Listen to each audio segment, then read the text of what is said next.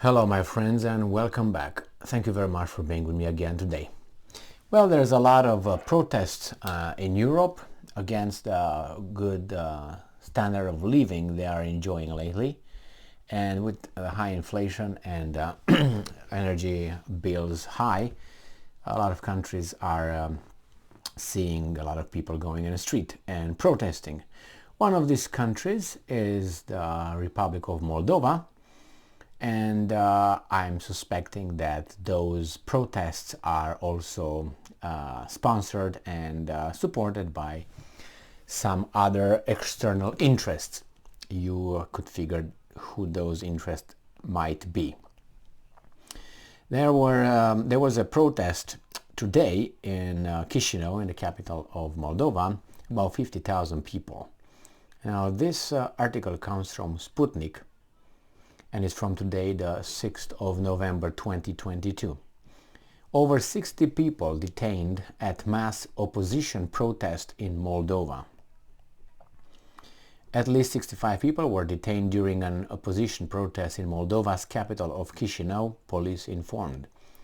Mass demonstrations organized by Moldova's opposition SOR party took place on Sunday, with over 50,000 people trying to get the Chisinau city center to demand snap parliamentary elections, according to SOR member Dinu Turcanu.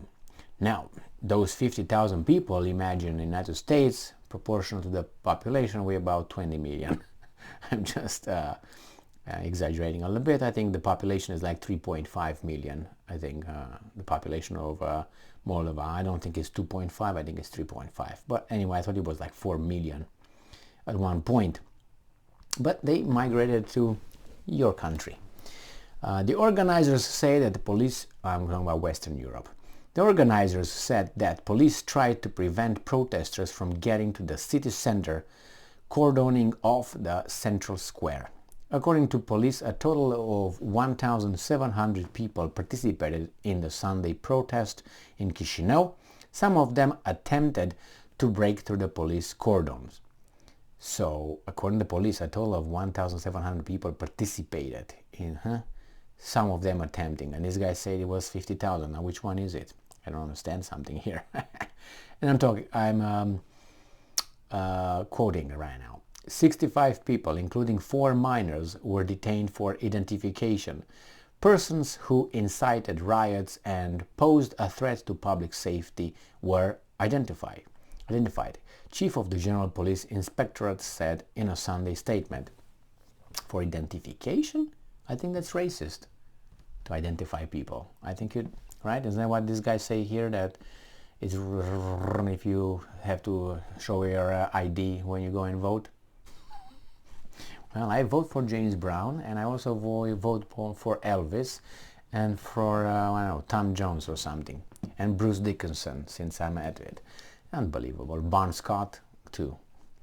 Anyway, since September 18, regular anti-government demonstrations have been taking place across Moldova, attracting thousands of SOR supporters. The Sunday demonstration ended with the participants adopting a resolution calling on Moldovan President Maya Sandu to resign. Don't hold your breath on that one. They will not. She was not. She is, how should I put it, all together into the Western pockets. Moldova's opposition has repeatedly accused the government of failing to cope with the economic crisis amid record inflation that reached 33.97% in September and deteriorating living standards. Lower than that.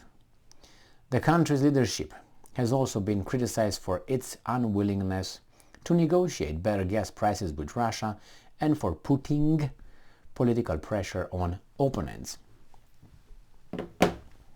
Now, I think this is a kind of, I would say is a crime, and I would charge people with treason if they're in charge of my country and they refuse to buy, let's say, from, I don't know if that's an enemy, because Russia is not an enemy, declared enemy of Moldova.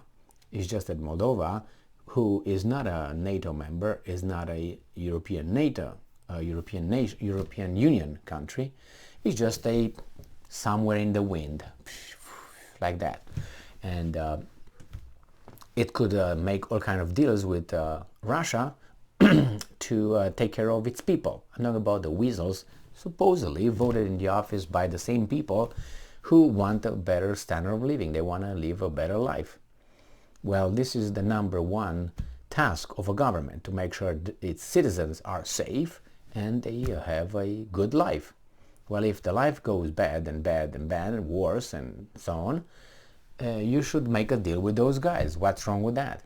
They are bad dudes. What can you do? You need the energy for your nation. What are you gonna do?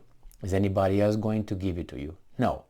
So just because some people who are on the other side of the equation tell you, or not, they don't even have to tell you. They just show you the carrot and they show you the gun here, or the stick. But I prefer the gun. Just because they are over there, it doesn't mean you have to hurt your nation. You're part of the nation, are you? I'm not sure, but anyway, you're supposed to.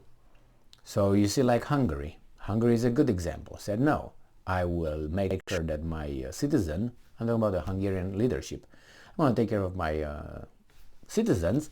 I'm going to keep my culture. I'm going to keep my traditions. I'm going to keep their religion. I'm going to make deals with whomever gives me the best deal. The same India. India said, you know what, the leadership, Jaikan or whatever his name is, I can't remember, the foreign minister, Jaikan, something like that, foreign minister, and Modi, the same. They said, no, we are taking care of our nation, and that's the first, the primordial task. You see, and if you don't do that, what can you be called? Are you working for the interest of another country because another country wants you to impose sanctions against your people? What other term would you use? Okay, weasel, slave, vassal. Okay, along that line I'm talking about. I don't think you're considered a patriotic guy or nationalistic, loving your nation or anything. No, you're just a sold out or sell out, I think. So these guys, obviously, there's a lot of interest in that little country of Moldova, and unfortunately, it's just they applied for the fast track membership to the European Union. That country is not gonna. But if the European Union upholds its standards that they use for each and every other country for their admission into the European Union, Moldova should not even have the right to apply. Doesn't have anything. It has population, small. It has problems with Ukraine and Russia. It has a lot of diversity. It has no economy. A lot of corruption, a lot of gangs, a lot of mafiosi. So what would you bring in the European Union? You have Romania, which is almost the same kind of BS, but Romania at least has resources and has used to have 20 some million people. Now it has 17 million because about 4 or 5 million went abroad. So yeah, and they depressed your pay.